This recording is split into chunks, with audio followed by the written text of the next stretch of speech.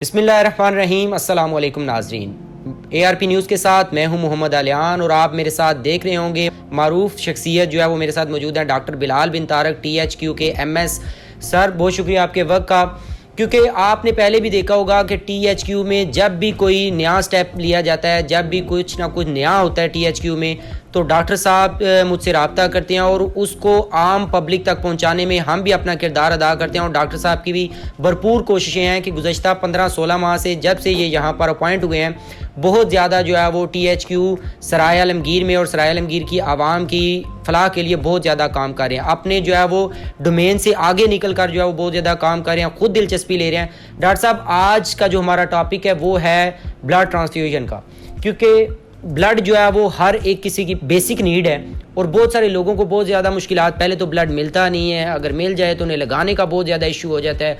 और THQ जितने भी हॉस्पिटल हैं वहाँ पर बहुत ज़्यादा जो है वो इस तरह के मुश्किलात सामने आती रहती हैं। DHQs में सहूलियात मौजूद होती हैं, लेकिन सराय आलमगीर की तहसील की आवाम के लिए, क्योंकि ये हमारे डिस्ट्रिक्ट का सबसे लास्ट तहसील है और यहाँ पे हम अगर जाना चाहें, अजीज़ भट्टी जाना चाहें, तो बहुत ज़्यादा लोगों को डिस्टेंस भी पड़ जाता है। और जेहलम में जाना पड़े तो फिर वो डिस्ट्रिक्ट अलग हो जाता है और वहाँ पर भी लोगों को मुश्किलात का सामना करना पड़ता है। तो आप सबसे पहले तो बताएं, हमारे नाजरीन को बताएं, देखने वाले लोगों को बताएं कि बेसिकली आपने ये इनिशिएट लिया कैसे और क्यों माइंड में आया कि इसको जो है वो यहाँ पर होना चाहिए। बिस्मिल्लाहिर्रहमानिर्रहीम। बेसिकली बात ये है जी कि ब्लड ट्रांसफ्यूजन यूनिट है, इसको हमने एक्टिवेट कर दिया यहाँ पे। पहले ये एक्टिवेटेड नहीं था यहाँ पे। तो आप देखें ब्लड की ज़रूरत कई मौके पे पड़ सकती है। हम लोग बिल्कुल GT रोड पे हैं, तो एक्सीडेंट्स होते हैं, एमरजेंसीज़ होती हैं, ट्रॉमा के केसेस होते हैं, उनमें ब्लड की ज़रूरत होती है।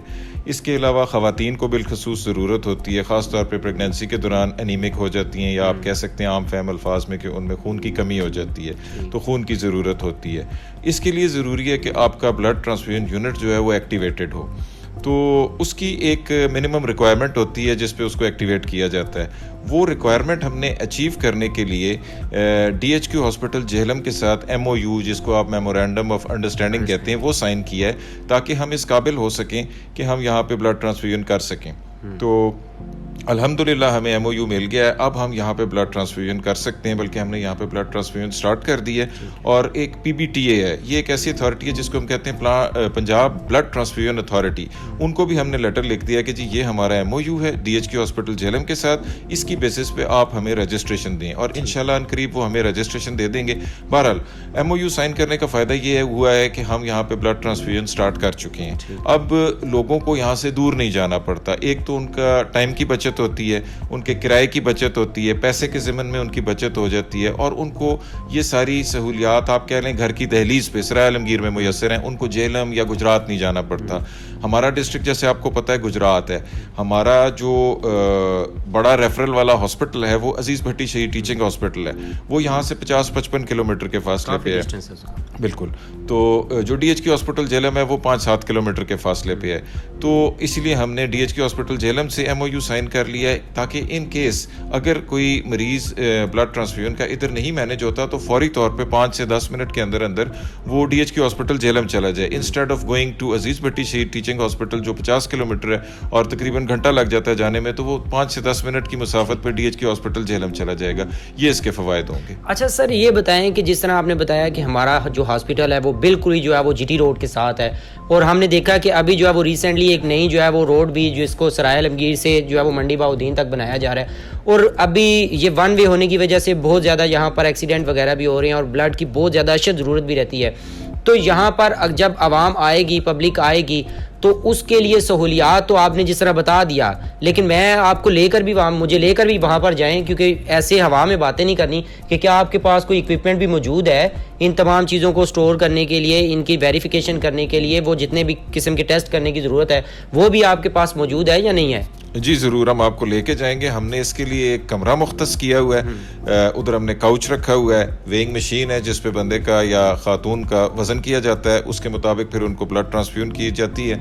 हमारे पास इसके लिए स्पेशल एक फ्रिज है जो हमने अरेंज किया है जिसके अंदर ट्रांसफ्यूजन बैग्स को रखा जाता है। ब्लड ट्रांसफ्यूजन बैग्स हैं हमारे पास मुख्तलिफ साइज़ के, मिक्सर हमारे पास मौजूद है, ये सारा अपरेटस मौजूद है, ये अभी हम आपको चल के दिखाते हैं। एक मेन क्वेश्चन जो है वो मेरा कि ये जिस तरह आपने बताया कि ब्लड ट्रांसफ्यूजन बैग है और ये अगर हम मार्केट से खरीदने जाएं तो बहुत एक्सपेंसिव ही लोगों को पड़ता है, यहाँ पर क्या फ्री ऑफ कॉस्ट मिलेंगे या उनकी कोई फीस वगैरह है? जी बिल्कुल, यहाँ पे फ्री ऑफ कॉस्ट में। Free of cost. तो आए ना दिखाएं हमें ज़रा कि जी ज़रूर। डॉक्टर उजाला मेरे साथ मौजूद हैं। जिस तरह एमएस साहब से हमने बात की और उनसे सारा जाना कि किस तरह जो है वो एमओयू साइन करवाया गया और इसका बेनिफिट क्या और क्या क्या सहूलियात यहाँ पर मौजूद हैं, डॉक्टर उजाला से जानेंगे। सबसे पहले तो बहुत शुक्रिया डॉक्टर साहिबा, बताइएगा कि किस तरह जो है वो एमओयू एमएस साहब की जो है वो बहुत बड़ी काविश है कि डीएचक्यू के साथ जो है वो साइन करना, और इसके साथ साथ यहाँ की आवाम को 2.5 लाख की आबादी है सराय आलमगीर की, इसको क्या फ़ायदा होगा? अस्सलाम वालेकुम, मैं डॉक्टर उजाला हूँ, यहाँ पे एज ए वर्किंग पैथोलॉजिस्ट काम कर रही हूँ। हम लोग जब यहाँ एमओयू से पहले साइन नहीं था हमारा किसी भी हॉस्पिटल के साथ, और जब तक आपका एमओयू या लाइसेंस नहीं होता आप बेसिकली ब्लीडिंग कोई भी प्रोसीजर नहीं कर सकते, आप ब्लड डोनेशन नहीं कर सकते, ट्रांसफ्यूजन प्रोसेस नहीं कर सकते, पेशेंट को ब्लीड नहीं करवा सकते। और एक हॉस्पिटल में अगर आपके पास ब्लड बैंक ना हो तो उस हॉस्पिटल का आई थिंक कोई पर्पज़ नहीं होगा, क्योंकि सर्जरीज़ हैं, एमरजेंसीज़ हैं, गायनी पेशेंट्स हैं, लेबरिंग पेशेंट्स हैं, तो किसी भी टाइम किसी भी पेशेंट को ब्लड की ज़रूरत पड़ सकती है।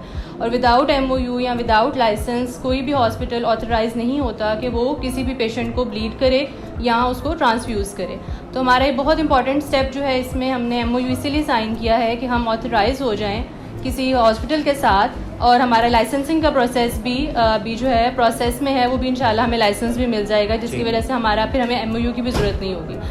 तो इसका जो है सबसे ज़्यादा ज़रूरत थी हमें हॉस्पिटल के लिए, और अब जो है हमारे पास एमओयू है तो हम अपना जो है ब्लड बैंक रन कर रहे हैं। ठीक है। अच्छा डॉक्टर साहब ये बताइएगा कि इसके लिए काफ़ी इक्विपमेंट की भी ज़रूरत होगी, रेफ्रिजरेटर की भी ज़रूरत होगी जहाँ पर इसको स्टोर करना होगा, ब्लड बैग्स की भी ज़रूरत होगी, तो क्या गवर्नमेंट ऑफ पंजाब ने या हेल्थ डिपार्टमेंट ने आपको वो सारी चीज़ें यहाँ पर मुहैया की है या नहीं? हाँ जी, हमारे पास सब कुछ मौजूद है, पेशेंट काउच से लेके उसका जो भी ऑपरेटर्स होता है, उसके अलावा हमारे पास इमरजेंसी ट्रेस हैं, रेफ्रिजरेटर्स हैं जो स्पेसिफिकली ब्लड बैंक के हैं, उसमें सिर्फ हम ब्लड स्टोर कर सकते हैं, इसके अलावा हम कुछ भी स्टोर नहीं करते उसमें। इसके अलावा हमारे पास ब्लड बैग्स भी अवेलेबल हैं, तो जो पेशेंट बाहर से खरीदते थे ऑब्वियसली बहुत कॉस्टली होते हैं, वो हमारे पास अवेलेबल हैं।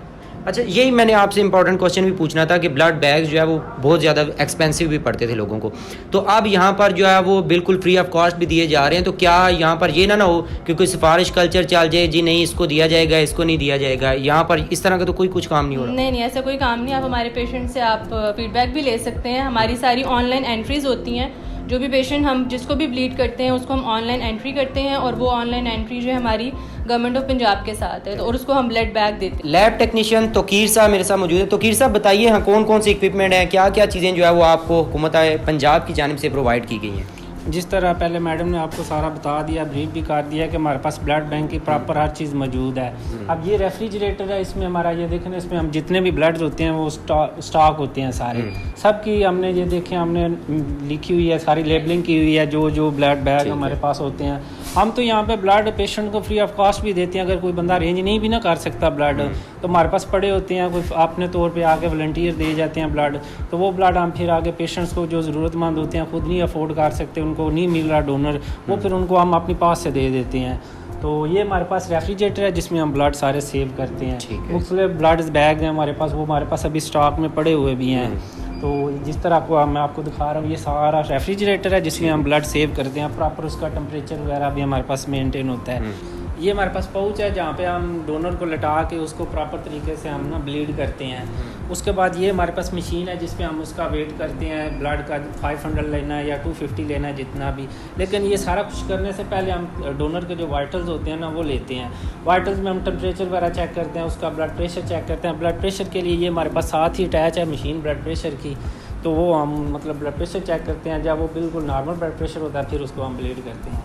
तो टेस्टों के लिए आपको मुख्तलिफ किस्म के जो है वो टेस्ट वो बताएं ना कि जब जिस तरह क्रॉस मैच करना है और मुख्तलिफ किस्म के जो टेस्ट में जितने भी हम डोनर्स के जो टेस्ट करते हैं जिसमें क्रॉस मैच आती है, मुख्तलिफ किस्म की स्क्रीनिंग होती है, वो सारी हम प्रॉपर इधर यहाँ पे ना टेस्ट लगाते हैं, सारे जितने भी हैं उसमें स्क्रीनिंग होती है। उसके बाद क्रॉस मैच वगैरह होती है, वो हम वहाँ पे हमारे पास माइक्रोस्कोप है, उधर हम माइक्रोस्कोप पे लगाते हैं। वो सारा कुछ करने के बाद हम प्रॉपर ये अच्छा एक मेन और लास्ट में क्वेश्चन आपसे ये पूछूंगा कि आप लोगों की यहाँ पर टाइमिंग क्या है? पेशेंट तो किसी भी वक्त आ सकता है, उसे तो किसी भी वक्त ज़रूरत पड़ सकती है, तो आपकी जो है वो ऑफिशियल टाइमिंग है यहाँ? ऑफिशियल ऑफिशियल जो ड्यूटी टाइमिंग है वो हमारी इधर है लैब की, जो 8 बजे से लेकर 2 बजे तक है। अगर एमरजेंसी कोई इस तरह की आ जाए तो हम ऑन कॉल भी पेशेंट के लिए आ जाते हैं। उसमें डॉक्टर साहब हमारे इधर एमरजेंसी में 24 आवर मौजूद होते हैं। अगर ऐसी कोई मतलब ज़रूरत पड़ती है कि ब्लड की ज़रूरत है, वो डॉक्टर साहब का हमारा नंबर है, वो कॉल वगैरह कर लेते हैं, हम आ जाते हैं। Thank you sir.